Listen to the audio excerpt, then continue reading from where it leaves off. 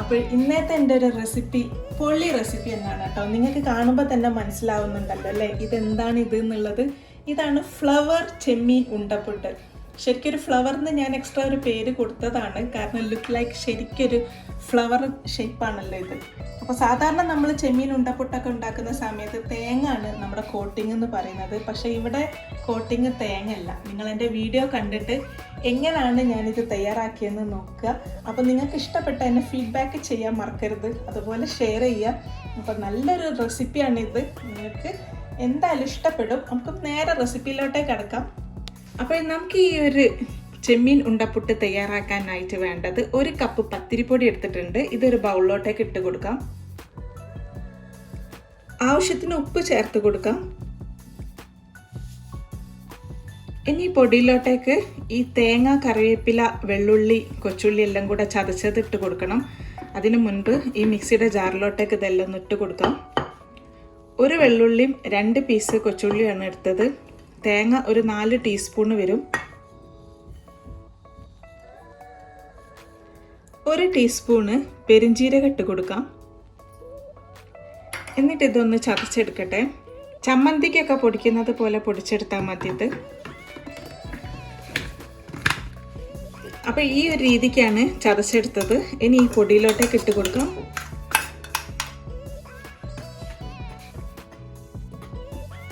ഇനി ഇതിലോട്ടേക്ക് നല്ല തിളച്ച വെള്ളം ഒഴിച്ച് കൊടുക്കാം.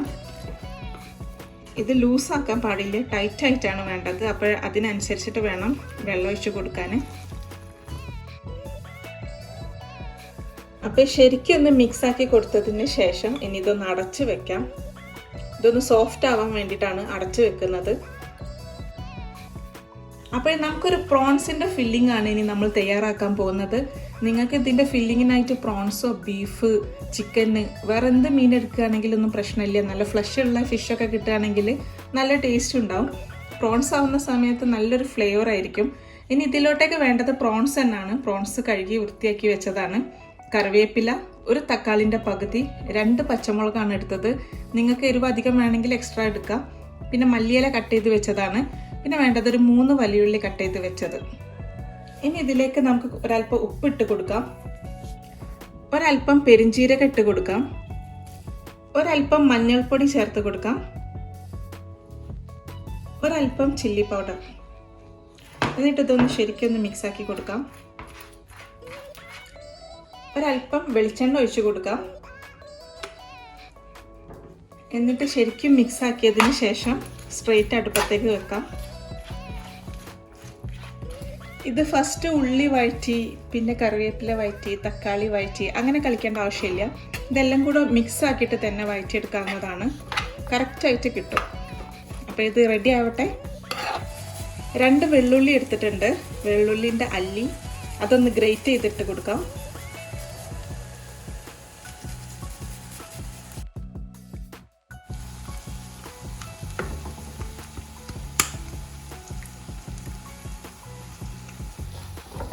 അപ്പോൾ മസാല റെഡി ആയിട്ടുണ്ട്. ഇനി ഫ്ലെയിം ഒന്ന് ഓഫാക്കി കൊടുക്കാം. അപ്പോൾ ഇത് കണ്ടില്ല, എല്ലാം കൂടെ മിക്സാക്കി വഴറ്റിയിട്ടും നല്ല പെർഫെക്റ്റ് ആയിട്ട് തന്നെയാണ് കിട്ടിയത്. ഇതുപോലെ തന്നെ ചെയ്താൽ മതി. അപ്പോൾ പണി പെട്ടെന്ന് കഴിയും. ഇനി നേരത്തെ റെഡിയാക്കി വെച്ച പൊടി ഒന്ന് നമുക്ക് കുഴച്ച് കൊടുക്കാം. ഇത് ചൂടൊക്കെ തണിഞ്ഞിട്ടുണ്ട്. അപ്പോൾ ഇത് കുഴച്ചെടുത്തിട്ടുണ്ട്.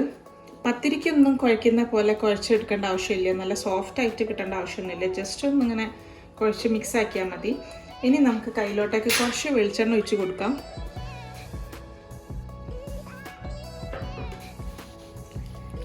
കയ്യിലൊന്ന് തടവിയതിന് ശേഷം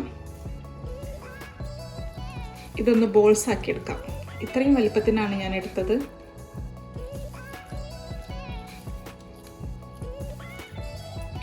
എന്നിട്ട് കയ്യിലിട്ടിട്ടൊന്ന് പരത്തിയതിന് ശേഷം ഈ പ്രോൺസിൻ്റെ ഫില്ല് ഇതിൻ്റെ ഇൻസൈഡിലോട്ടേക്ക് വെച്ച് കൊടുക്കാം.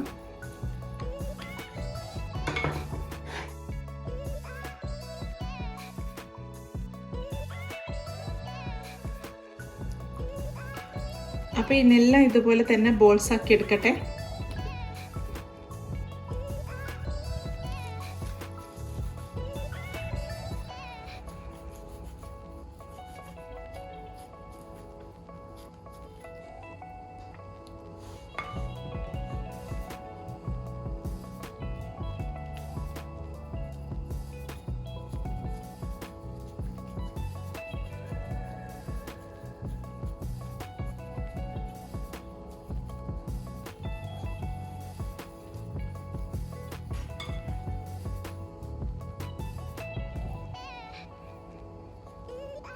അപ്പോൾ ഒരു 10 ബോൾസ് ആക്കി എടുത്തിട്ടുണ്ട്.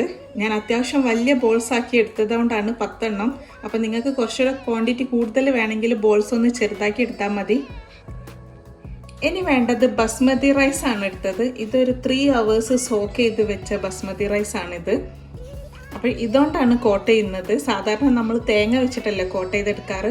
അപ്പോൾ നമ്മൾ ഇതൊരു വ്യത്യസ്ത രീതിയിലാണ് ചെയ്യുന്നത്.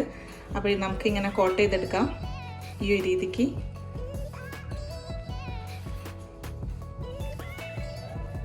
ഇത് സ്റ്റീം ചെയ്തെടുക്കുകയാണ് കേട്ടോ. സ്റ്റീം ചെയ്ത് കഴിയുന്ന സമയത്ത് നല്ല ഭംഗിയാണ് ഇത് കാണാൻ തന്നെ. അപ്പോൾ ഒന്ന് പതുക്കെ ഒന്നിങ്ങനെ പ്രസ് ചെയ്ത് കൊടുക്കാം. അപ്പോൾ ശരിക്കും കോട്ട് ചെയ്തെടുത്തിട്ടുണ്ട്. ഇനി നമുക്ക് സ്റ്റീം ചെയ്യാനുള്ളൊരു, ഞാൻ ഇഡ്ഡലി തട്ടിലോട്ടേക്കാണ് വെക്കുന്നത്. ഇഡ്ഡലി ചെമ്പട്ടിൻ്റെ തട്ടിലോട്ടേക്ക് ഇങ്ങനെ വെച്ചുകൊടുക്കാം. എന്നിട്ട് ബാക്കിയുള്ളത് അതുപോലെ തന്നെ കോട്ട് ചെയ്തെടുക്കട്ടെ.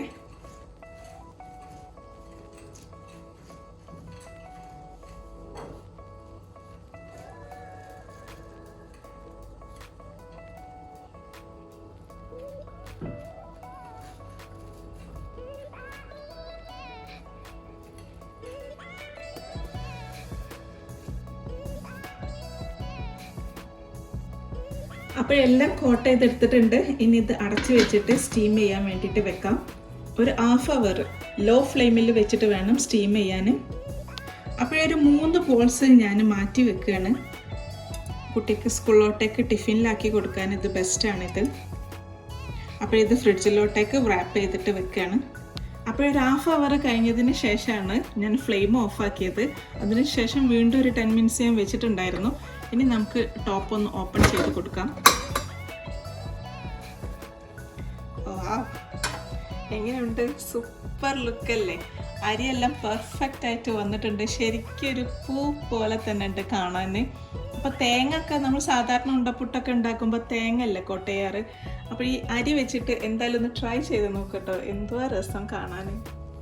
ഇനി നമുക്കിതൊരു പ്ലേറ്റിലോട്ടേക്ക് ഷിഫ്റ്റ് ചെയ്യാം.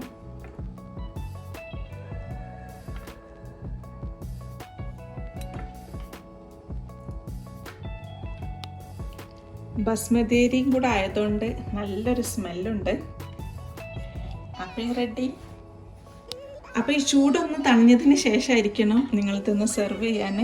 അപ്പോൾ ഇത് നമുക്കൊരു പ്ലേറ്റിലോട്ടേക്ക് മാറ്റാം. ഇത് ശരിക്കും ചൂടൊക്കെ തണിഞ്ഞിട്ടുണ്ട്.